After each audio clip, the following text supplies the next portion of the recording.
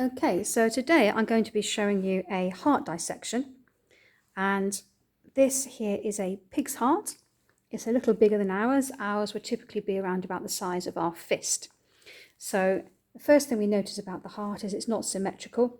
We've got a definitely bigger area on this side than here, and we're going to talk about why and relate that to what we've learned already about double circulation. You can also see that across the top here we can see some of the blood vessels, and unfortunately when this is butchered, we don't always get everything left in a really great state, but here we can see very clearly the aorta, and this is the main blood vessel that takes the blood around the body. And if you remember what we learned about these vessels pumping blood to the rest of the body, is they've got to be very thick and they've got to be able to withstand a huge pressure, because that blood's got to transfer from the heart all the way up to your head and down to your toes.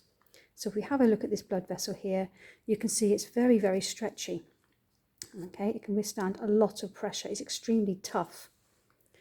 If I try and cut through part of that blood vessel, you can get a bit of an idea of how strong it is. It's quite difficult to hold on to because it is so elastic. So if I cut through here,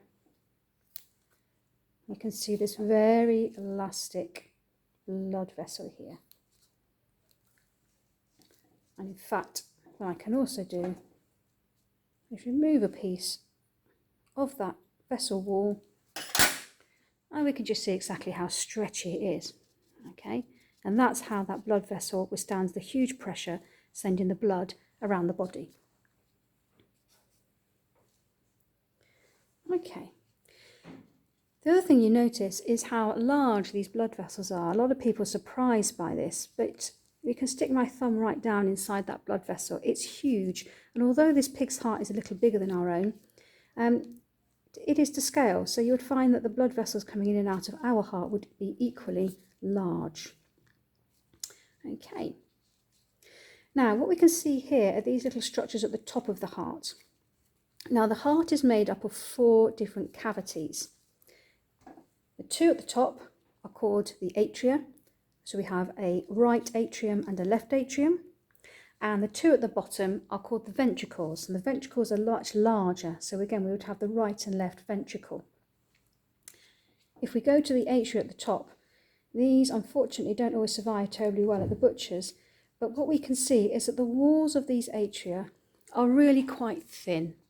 Okay, these cavities here are quite small, so here we can see inside the top atrium. And here's the other one on the other side. Okay, so quite thin walls.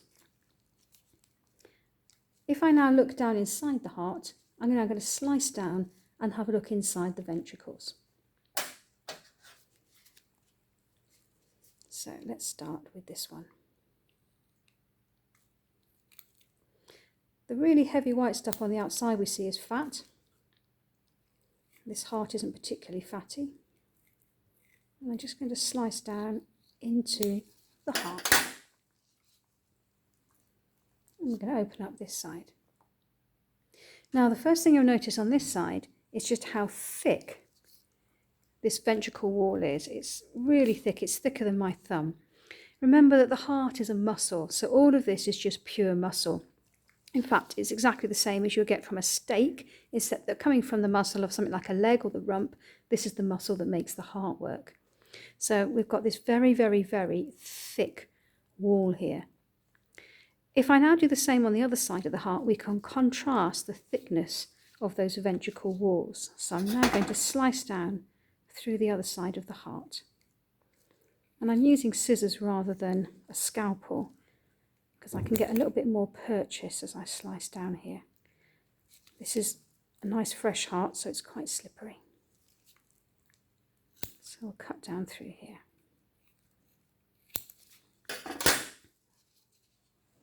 Okay, so if I open up this side of the heart, you can see a completely different story in terms of the thickness of the wall. So it's very thin here, it's thinner than my little finger. So if we compare those 2 sides, the very thick wall here and the very thin wall here, then we can see that this is where double circulation comes in. So on this side of the heart, this is pumping the blood around the whole of the body. It needs to have a very high pressure. it's got to push that blood from the heart to the top of your head and down to the tips of your toes. So the thickness of this wall here means I've got a very strong muscle that can push the blood a very long way. On this side of the heart, the walls are thinner because the blood hasn't got to go anywhere near as far. It's just going to go to the lungs. So if we think back to double circulation, this side of the heart here just pushes the blood to the lungs. They then come back to this side of the heart here, and this is going to push the blood all the way around the body. Okay. The bit in the middle is called the septum. And a bit like the little bit of skin in the middle of your nose, this divides the heart into two, and it makes sure that those two parts of the double circulatory system are kept separate. So we have one side of the heart, we have an atrium and ventricle here, and an atrium and ventricle here. This one just sends blood to and from the lungs. This one sends blood down to the rest of the body.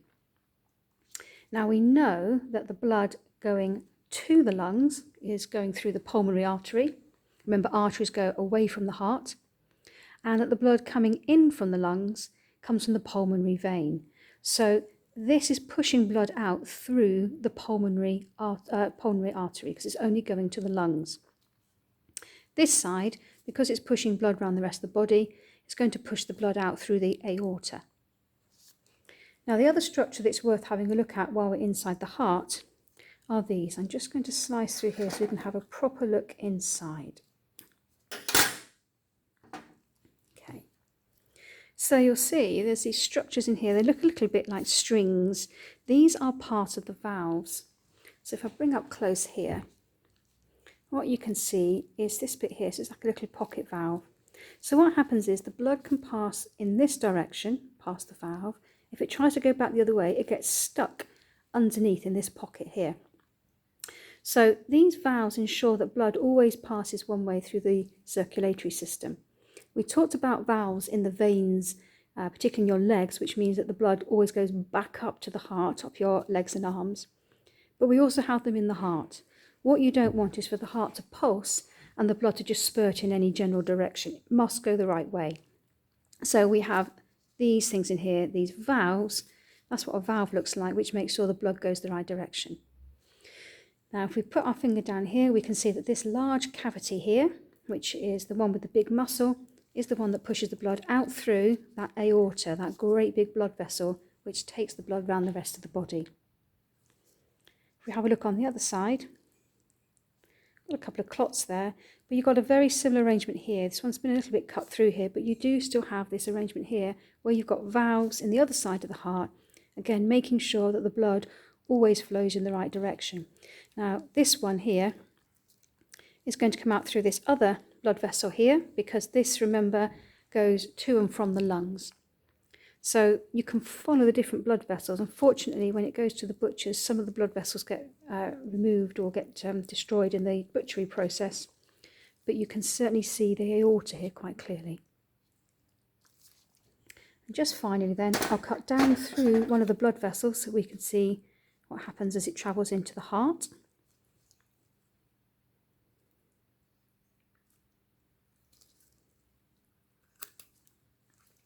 So I'm now trying to follow the path of this vessel here. Let's just open that one up there.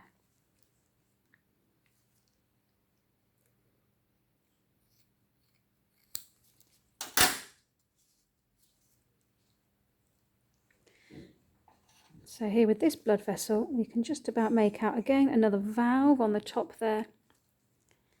And again, you can see that this blood vessel then passes down into this side of the heart, whereas this blood vessel comes out of this side of the heart. Now, if you were to buy a heart, you can buy them from the butchers or supermarkets. One thing you'll notice, obviously it's very cold because the blood's no longer pumping heat energy around the body. Remember we said that the blood is important for dissipating heat around the body. You'll also find it's quite heavy. Again, it's muscle, so it's dense tissue, and particularly here where we've got this strong muscle pushing the blood around the body. Again, you'll notice that you've got different tissues here. So you've got the thick muscle wall, you've got these valves, and then you've got this stretchy blood vessel here. So hopefully that gives you a little bit of an idea of what the structures of the heart look like. 2 atria at the top, 2 ventricles at the bottom. One side has got this very large, thick muscular wall to push the blood around the body. The other one has got a thin muscular wall just to push the blood to the lungs. And then we have these blood vessels. And again, particularly these ones pushing the blood all the way around the body, they've got to be very strong, very elastic, and able to take a high pressure.